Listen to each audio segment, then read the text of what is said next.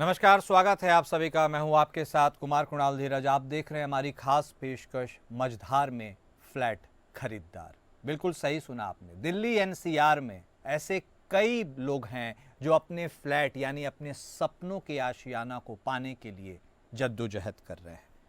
अब अभी भी उसकी राह देख रहे हैं।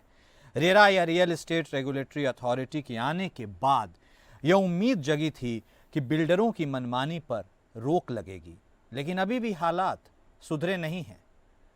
रेरा एक नियामक संस्था है जो रियल एस्टेट क्षेत्र की निगरानी और विनियमन करती है।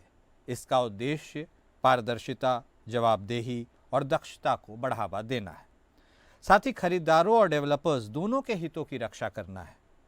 रेरा के तहत कुछ मुख्य बिंदु हैं, उनके बारे में आपको पहले बता देते हैं। रेरा के तहत बिल्डरों को मूल दस्तावेज जमा करने होते हैं। खरीदार की सहमति के बिना योजना में बदलाव नहीं हो सकता। प्रोजेक्ट बेचने से पहले अप्रूवल लेना ज़रूरी होता है। कारपेट एरिया का भी उल्लेख करना ज़रूरी होता है। रेरा ने अब घर खरीदारों को कई लाभ दिए हैं। अब खरीदारों को पता चलता है कि वे कितना क्षेत्र खरीद रहे हैं। खरीदार अपनी बुकिंग भी कैंसिल कर सकते हैं। खरीदार रेरा में शिकायत दर्ज करा सकते हैं। इसके बावजूद घर खरीदार अभी भी कई समस्याओं का सामना कर रहे हैं। बिल्डर रेरा के आदेशों का पालन नहीं करते हैं। रेरा के पास रिकवरी की शक्ति नहीं है। रेरा में शिकायत दर्ज करने के बाद भी लंबे समय तक इंतजार करना पड़ता है। अब नोएडा का ही उदाहरण ले लीजिए। नोएडा में कई प्रोजेक्ट्स में घर खरीदारों को समस्याओं का सामना करना पड़ रहा है, जैसे कि रुद्रा पैलेस हाइट्स। इस प्रोजेक्ट को लॉन्च हुए 15 साल बीत चुके हैं, लेकिन अभी तक घर की चाबी नहीं मिली है। सुपरटेक, मनीष ने सुपरटेक में फ्लैट खरीदा था, लेकिन उन्हें 2018 में रेरा में शिकायत दर्ज करानी पड़ी थी। इसके बावजूद बिल्डर ने पालन नहीं किया, जबकि 2019 में ऑर्डर आ गया था। इन समस्याओं के समाधान के लिए रेरा को और अधिक शक्तियां देने की आवश्यकता है, जैसे कि जुडिशियल पावर, ताकि वह बिल्डरों पर प्रभावी ढंग से कार्रवाई कर सके। सवाल यह है कि रेरा जैसी संस्था रहते क्यों फ्लैट्स के पोजीशन नहीं मिल रहे हैं? क्यों बिल्डर्स रेरा के आदेशों का पालन नहीं करते हैं? क्या रेरा को रिकवरी की शक्ति मिलनी चाहिए? क्या रेरा में शिकायत दर्ज करने के बाद भी लंबे समय तक इंतजार करना पड़ता है? क्या फ्लैट खरीदारों के पक्ष में कानून की कमी है? ऐसे तमाम सवाल हैं जिसका हम आज जवाब ढूंढने की कोशिश करेंगे। तो बात हम रेरा की कर रहे हैं और रेरा के माध्यम से तमाम उन फ्लैट खरीदारों की कर रहे हैं जो आज भी कई साल बीत जाने के बाद भी अपने सपनों का घर पाने के लिए जद्दोजहद करते हुए नजर आ रहे हैं। रेरा का इरादा, मकसद सब कुछ अच्छा था, लेकिन रिजल्टेंट उसमें काफ़ी कमी है। उसकी एफिकेसी पर भी सवाल उठते हैं।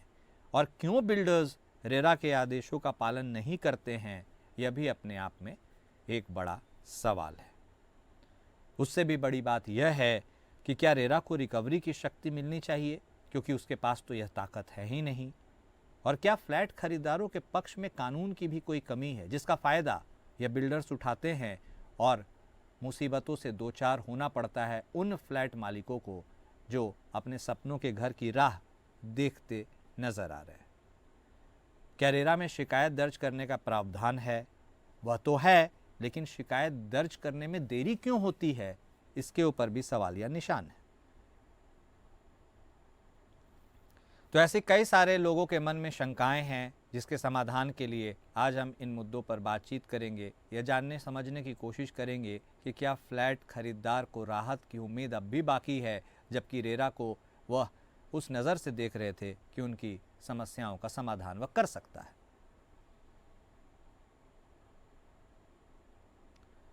तो जो ऊहापोह की स्थिति हमने कुछ उदाहरण के माध्यम से आपको बताई है, दिल्ली एनसीआर के क्षेत्र में तो खैर इसका आतंक कुछ ज़्यादा ही बढ़ गया है, जहां अवैध बिल्डर्स अपनी मनमानी करते हैं, टाइम पर प्रोजेक्ट्स कंप्लीट नहीं करते हैं। तो जब प्रोजेक्ट्स कंप्लीट ही नहीं होंगे तो फ्लैट्स का पोजीशन कैसे मिलेगा, यह भी अपने आप में बहुत बड़ी समस्या है।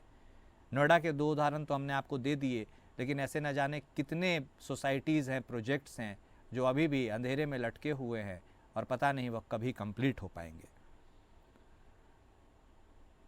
और इसी के साथ बहुत सारे सवाल भी निकल कर सामने आते हैं कि क्या जुडिशियल पावर भी रेरा को देना चाहिए, क्योंकि उसके बिना वह ताकत कहाँ से आएगी और कैसे लोगों की समस्याओं का समाधान हो पाएगा।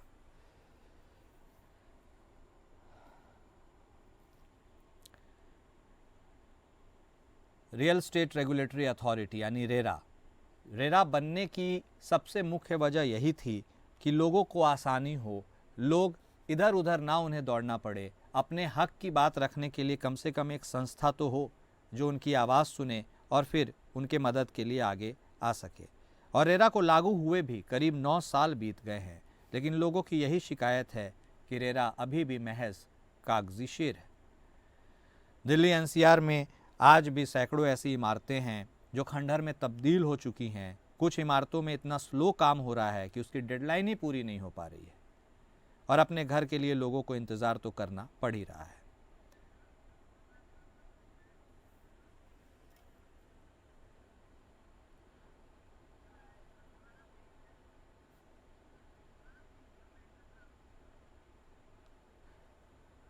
और इसी मुद्दे पर आज हम बातचीत भी करेंगे, जानने और समझने की कोशिश करेंगे कि आखिर यह पूरा मुद्दा क्या है और क्यों लोगों को तकलीफ़ का सामना करना पड़ रहा है। हमारे साथ हमारे ख़ास मेहमान जुड़ चुके हैं। हमारे साथ वेंकट राव साहब जुड़ चुके हैं, आप एडवोकेट हैं रेरा के। हमारे साथ अनु खान साहब भी जुड़ चुके हैं, आप अध्यक्ष हैं नेफोमा के। आप दोनों ख़ास मेहमान का स्वागत है। खान साहब, शुरुआत आप ही से करते हैं। अच्छे मकसद इरादे के साथ रेरा की शुरुआत तो हुई थी, लेकिन क्या वो एक महज टूथलेस टाइगर साबित हो रहा है? लोगों को उनके अधिकार की बात उठाने के लिए एक सपना तो दिखाया गया, लेकिन उस सपने को पूरा करने के लिए क्या वह ताकत भी दी गई जिससे लोग अपने हक की बात रख सके? और क्या प्रैक्टिकलिटी और इम्प्लीमेंटेशन में ही सबसे बड़ी कमी है? खान साहब। देखिए, सबसे ज्यादा जो समस्या थी वो थी अपने Noida, greater Noida expressway Delhi NCR में, जो प्रॉपर्टी के सबसे ज्यादा सताए और पीड़ित लोग थे, जो अपना जिंदगी भर का सपना देखते हैं कि हमें एक अदद मकान, एक फ्लैट होगा जिसका जिंदगी भर सपना देखा जाता है। उस सपने पे डाका डाल रहे थे बिल्डर।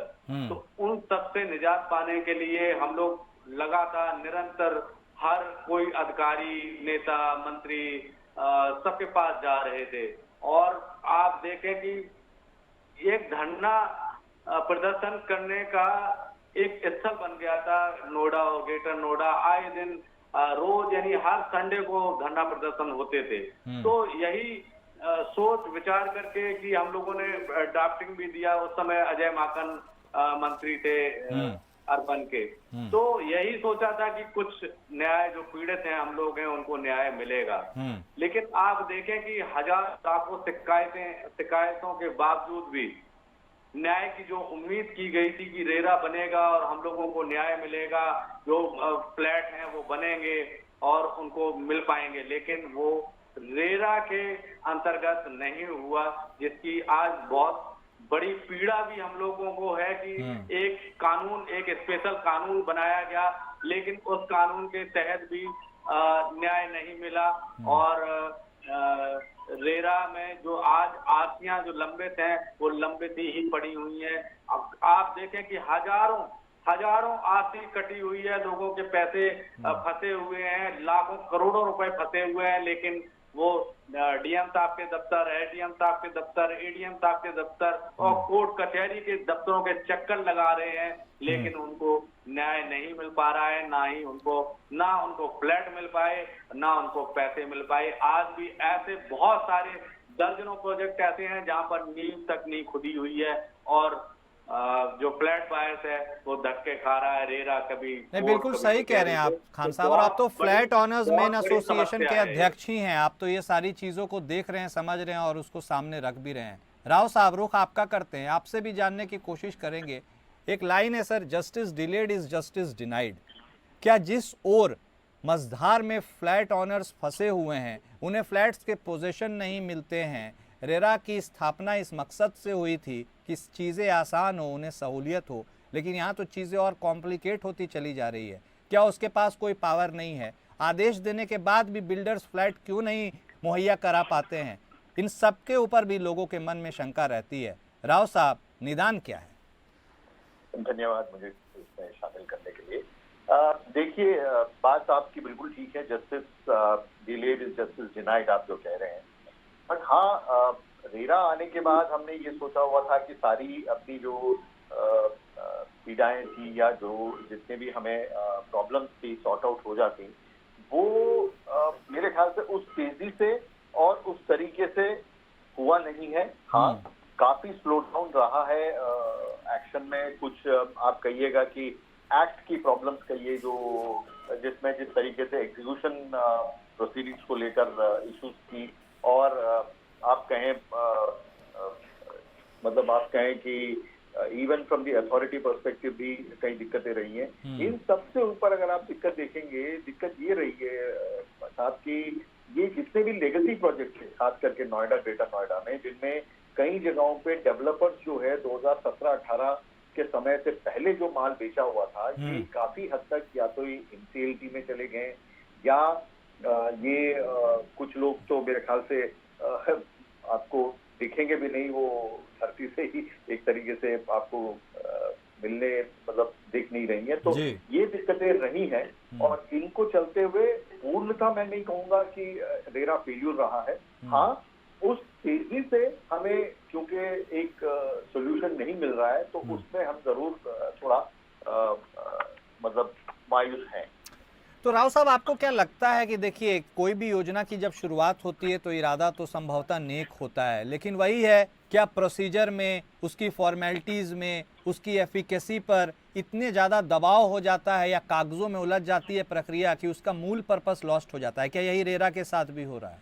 नहीं, ऐसा नहीं है। इनका कोशिश, चाहे पूरे देश में जितने भी रेरा हैं, पूरी कोशिश में लगी हुई है। एक तो सबसे अहम बात हमें ये भी समझना चाहिए कि एक नई अथॉरिटी इस देश में स्थापित की गई है। हर एक स्टेट में अलग अलग अथॉरिटी स्थापित की गई है। तो एक इंफ्रास्ट्रक्चर जो है, एक मेजर बॉटलनेक रहता है। आप एक छोटा सा आप घर बनाएंगे, उसमें इंफ्रास्ट्रक्चर में सेटअप करने में कुछ महीनों लग जाते हैं। यहाँ पूरे एक प्रदेश के लिए एक अथॉरिटी बने और उसमें इतनी स्टाफ रहे और इतनी इंफ्रास्ट्रक्चर रहे, उनकी इतनी रीच रहे, उन सब में भी एक समय लग जाता है। हालांकि हम ये एक्सपेक्ट करते हैं कि काफी क्विकली होना चाहिए, बट अब चूंकि 6-7 साल तो हो चुके हैं रेरा को आके और एक्टिवली काम करते हुए, एटलीस्ट मैं ये नहीं कहूंगा कि बिल्कुल एक मैजिक वैंड लेके वो चलते और सब चीजें आपके सारे ही प्रॉब्लम्स गायब हो जाते, क्योंकि देखिए सिर्फ रेरा नहीं है, बाकी अलग स्टेक होल्डर्स भी हैं। चाहे आप मानिए बैंक्स है, चाहे आप कहें डेवलपमेंट अथॉरिटीज हैं, या जिन्होंने land Noida, greater Noida authorities हो गई, इनकी अपनी कंडीशंस भी है, जिसमें मान लीजिए कहीं ड्यूज है तो वो ओसी नहीं दे रहे रेरा के कंडीशन के बावजूद, और वो रिकवरी जो है वो हो नहीं पा रही है, तो इसलिए लोगों को घर नहीं मिले। यही है ना सर, इतने कॉम्प्लिकेशंस है और वो तारों में उलझे या लोग हैं, उनके सवाल है। खान साहब, आप तो फ्लैट ऑनर्स एसोसिएशन को बहुत करीब से जानते समझते हैं, उसे देखते हैं। आम पीड़ा क्या है एक मकान जो खरीदने की इच्छा रखता है या जो ऑलरेडी पैसा देता है, डाउन पेमेंट करता है, उसको कहाँ पे वो पीड़ा और समस्या परेशानी आती है? छोटी सी ही तो बात है, और कहाँ जाकर मामला फंस जाता है? आप लोगों की भी क्या अपील है कि कुछ ऐसा हो जाए जिससे ये चीज़ें सिंप्लीफाई हो जाए? देखिए, पीड़ा तो बहुत है कि जिसका अंदाजा कोई लगा नहीं सकता है। कि जो आप सोचे कि हम अपने दफ्तर में ऐसे ऐसे लोग आते हैं कि जब तो रोना आ जाता है। कि आज आप सोचे कि 14 साल हो गए जिन्होंने 2000 का बुक घर किया था, उनको न्याय नहीं मिल पा रहा है, और हम भी विवश हो जाते हैं कि भाई हर जगह धक्के खा के कहीं पर भी चले जाओ लेकिन न्याय नहीं मिल पाता है, तो बड़ा दुख जरूर होता है। और यह भी देखने में आया है कि भाई अधिकारी जो है, अगर वो चाहें, उनकी इच्छा शक्ति हो न्याय दिलाने की, तो वो जरूर दिला सकते हैं। लेकिन ये देखने में ये तक आता है कि अधिकारी जो है बिल्डरों के साथ चाय नाश्ता करते हैं, पार्टियां करते हैं, और कभी जो फ्लैट ओनर्स है उनको बुला के कभी यह नहीं कहते कि आप आ जाओ, हम आपकी पीड़ा समझते हैं। तो ये बहुत दर्द भी होता है। देखने में यही आता है कि यार कि भाई आप बिल्डरों के साथ बैठते हैं, बिल्डरों की समस्याओं को सुनते हैं, बिल्डरों का, इसका मतलब आप तौर पर बिल्डरों का फायदा दे रहे हैं। रेरा क्या बिल्डरों के फायदे के लिए बना है? क्या क्या रेरा भाई जो पीड़ित थे उनके लिए बनाया गया था, या रेरा जो बिल्डर हैं बिल्डरों को फायदा देने के लिए बनाया गया था? इससे पहले जो हम ये भी आपको बताना चाहेंगे आपके चैनल के माध्यम से कि इससे पहले राजीव कुमार जी चेयरमैन थे, तो लगातार मीटिंग भी होती थी, बायर्स एसोसिएशन के साथ भी वो मीटिंग करते थे, जब भी आते थे महीने में एक आध बार मीटिंग होती थी। लेकिन जब से नए रेरा चेयरमैन आए हैं तो कोई बायर से संपर्क नहीं है, बायर एसोसिएशन से कोई संपर्क नहीं है कि भाई उनका क्या पीड़ा है या बायर का क्या दर्द है, उनसे मीटिंग किया जाए। तो कभी भी मेरे ख्याल से 2-3 साल हो गए हैं राजीव जी को जाए हुए, लेकिन कोई मीटिंग नहीं हुई, कोई कुछ नहीं हुआ। तो ये लग रहा है कि भाई इनकी इच्छा शक्ति नहीं है कि बायर का कोई फायदा किया जाए। खान साहब आप रेरा यूपी के बारे में बात कर रहे हैं क्या? यूपी रेरा के बारे में बात कर रहे हैं। हम जहां पर हैं हम अपना क्षेत्र की बात कर रहे हैं। हम ग्रेटर नोएडा, वेस्ट नोएडा और यमुना एक्सप्रेस में जो लाखों फ्लैट बायर फंसे हैं हम उसकी बात कर रहे हैं। नहीं, ठीक है। और जो रेरा बनाया गया था, हम आपके चैनल के माध्यम से ये भी बताना चाहते हैं कि रेरा बनाया ही सिर्फ इसलिए गया था कि Noida, greater Noida express way पे यहाँ दिल्ली एनसीआर में सबसे ज्यादा लाखों लोग पीड़ित थे, उसी को लेकर रेरा का गठन ही किया गया था। ये भी आपको हम बताना चाहते हैं। और वही लोग सबसे ज्यादा पीड़ित हैं जो दिल्ली एनसीआर और यहाँ पर लोग हैं, वही उन्हीं को ही न्याय नहीं मिल पा रहा है। ठीक है खान साहब। राव साहब देखिए, महाभारत का भी वह युद्ध हुआ था, 5 गांव ही तो मांगे गए थे और एक लाइन थी, न्याय अगर दो आधा ही दो लेकिन कम से कम दो। ये जो पीड़ा है या जो दर्द है और जो अधिकारियों के बारे में बात कर रहे हैं, एक सेंसिटाइजेशन की भी बात है। क्या उन लोगों को यह चीज़ें अपने पहल से जितनी हद तक स्ट्रीमलाइन करनी चाहिए क्या नहीं हो पाती है? और क्या अकाउंटेबिलिटी भी तय नहीं की गई है कि यदि कितनी टाइमलाइन होनी चाहिए, क्या कुछ दिक्कत है? कोई आदमी 15 साल से सर अपने घर का इंतजार कर रहा हो, कल्पना करने से ही डर लगता है। जरूर ये काफी ट्रबलसम बात है कि जो कह रहे हैं आप 15 साल से उनको नहीं मिला, और ये हकीकत भी है। और जहां तक अथॉरिटीज की बात है, देखिए मेरा मानना है कि कंसिस्टेंट इंटरेक्शन होना चाहिए, और चाहे एसोसिएशन से हो या बायर से हो, एक कंसिस्टेंट मीटिंग्स और एक इंटरेक्शन रहने का इवन रेरा में प्रावधान भी है।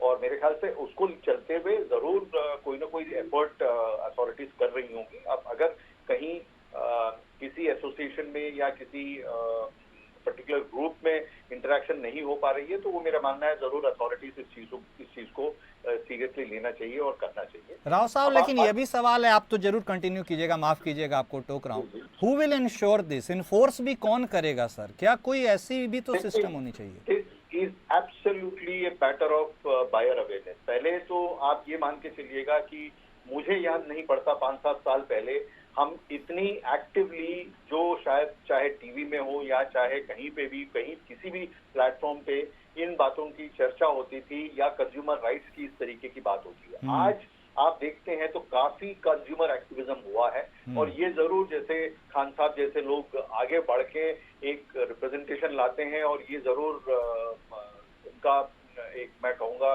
क्रॉस द बोर्ड एक अवेयरनेस बढ़ा है, और ये चीजें जरूर, इस चीज का प्रेशर जरूर मेरे ख्याल से अथॉरिटीज पे पड़ रहा है।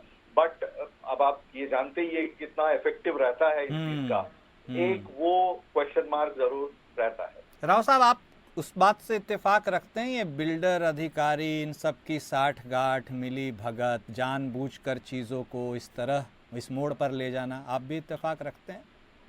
देखिए, एक पर्टिकुलर स्टेट या पर्टिकुलर अथॉरिटीज की बात मैं नहीं कह सकता। सिस्टम ये कई बार कोर्ट्स ने ऑब्जर्व भी किया है, कई जगहों पे ऑब्जर्व किया है कि इस तरीके के सिचुएशंस बनती हैं, और उनमें मेरा मानना है कि इसको जनरलाइज करके बात करना ठीक नहीं है। हाँ, कहीं कहीं सिचुएशंस में ये अक्सर हमारे सामने आते रहती हैं, और इसका हर जगह पे चाहे कोर्ट्स में हो ये ऑब्जेक्शंस लिए जाते हैं, और इन चीजों का सामने कोर्ट्स भी काफी एक्टिवली इसमें अपने ऑर्डर्स और जजमेंट्स पास करते रही।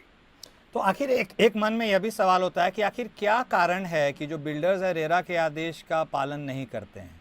यह भी एक बताओ, क्या उनके पास रिकवरी की भी शक्ति होनी चाहिए, जुडिशियल पावर से? सब तो डिबेटेबल है। नहीं, देखिए रिकवरी का जो आज का मैकेनिज्म है वो थोड़ा लॉन्ग रन है, क्योंकि वो डीसी पे जाता है, खास करके उत्तर प्रदेश की बात करूं।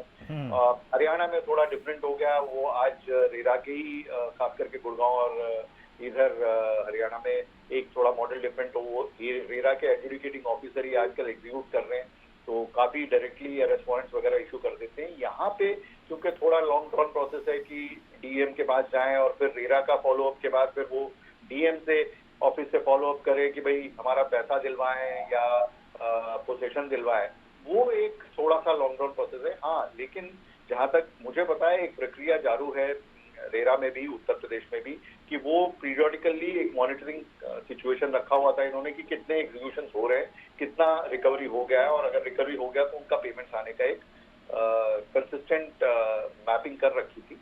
अब वो थोड़ा बहुत स्लो डाउन इसमें रहता है क्योंकि रिकवरी इतनी आसान नहीं है, क्योंकि जहां प्रोजेक्ट में मान लीजिए हाई नहीं या एसेट्स नहीं है, वहां रिकवर होने में समय लगता है। ठीक है, एक सिंपल सवाल सर, क्लोजिंग कमेंट हम लेंगे खान साहब के पास जाने के पहले। राव साहब आप ही से, वे आउट क्या है सर? कोई वे आउट है एक आम फ्लैट खरीदार के लिए?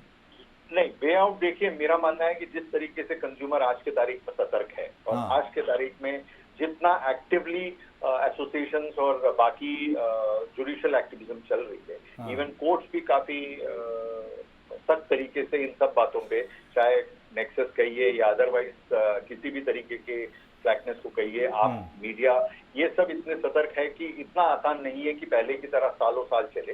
आप कंपैरेटिवली देखेंगे इम्प्रूवमेंट है, और इनफैक्ट अगर आप देखेंगे जो 2017-18 के बाद के प्रोजेक्ट्स लॉन्च हुए, काफी run by over the night वाले fly by night kind of operators कम हो गए हैं और काफी सीरियस बिजनेसमैन आपको नजर आते हैं।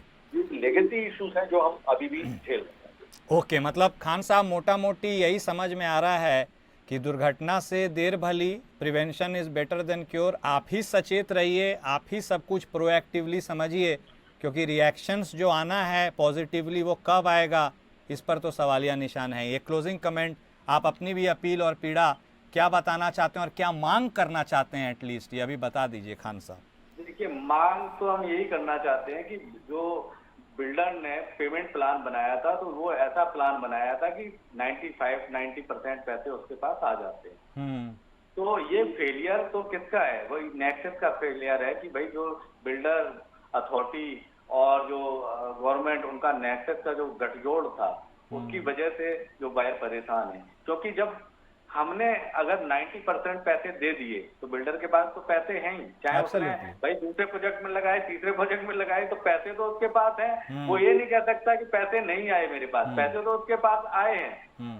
तो ये भाई पैसे ढूंढना, वसूलना, वो काम था अथॉरिटी का। अथॉरिटी ना अपने पैसे ले पाई, ना बैंक अपना पैसे ले पाई। फंस गया कौन? फंसा जो एक अपना सपना देख रहा था, वो फ्लैट। ठीक कह रहे हैं आप। और इतनी बड़ी दुकान कोई खोल कर, और इतनी बड़ी दुकान कोई खोल कर रखा है तो बिना कैपिटल के थोड़ी ना खोल कर रखा होगा। जिम्मेदारियां तो बच के आराम से निकल जाते हैं, क्योंकि पता है उनको कि भाई सिस्टम में लूप होल बहुत। ठीक कह रहे हैं आप, ये सिस्टम और एस्केप रूट लोगों को कुछ इस कदर पता है कि वे आउट निकल ही नहीं पाता। बहुत शुक्रिया आप दोनों खास मेहमान का हमारे साथ जुड़ने के लिए, अपना वक्त देने के लिए। तो देखिए, फ्लैट खरीदार तो चाहे अतीत की बात करें या वर्तमान की बात करें, मझधार में ही है, लेकिन इस मझधार से निकालने का जिम्मा जिनके पास है उनको भी संजीदगी दिखानी होगी और अपने मन से यह सवाल पूछना होगा कि क्या यह संभव है, और यदि है तो उसे कीजिए। इस खास पेशकश में अभी बस इतना ही। नमस्कार।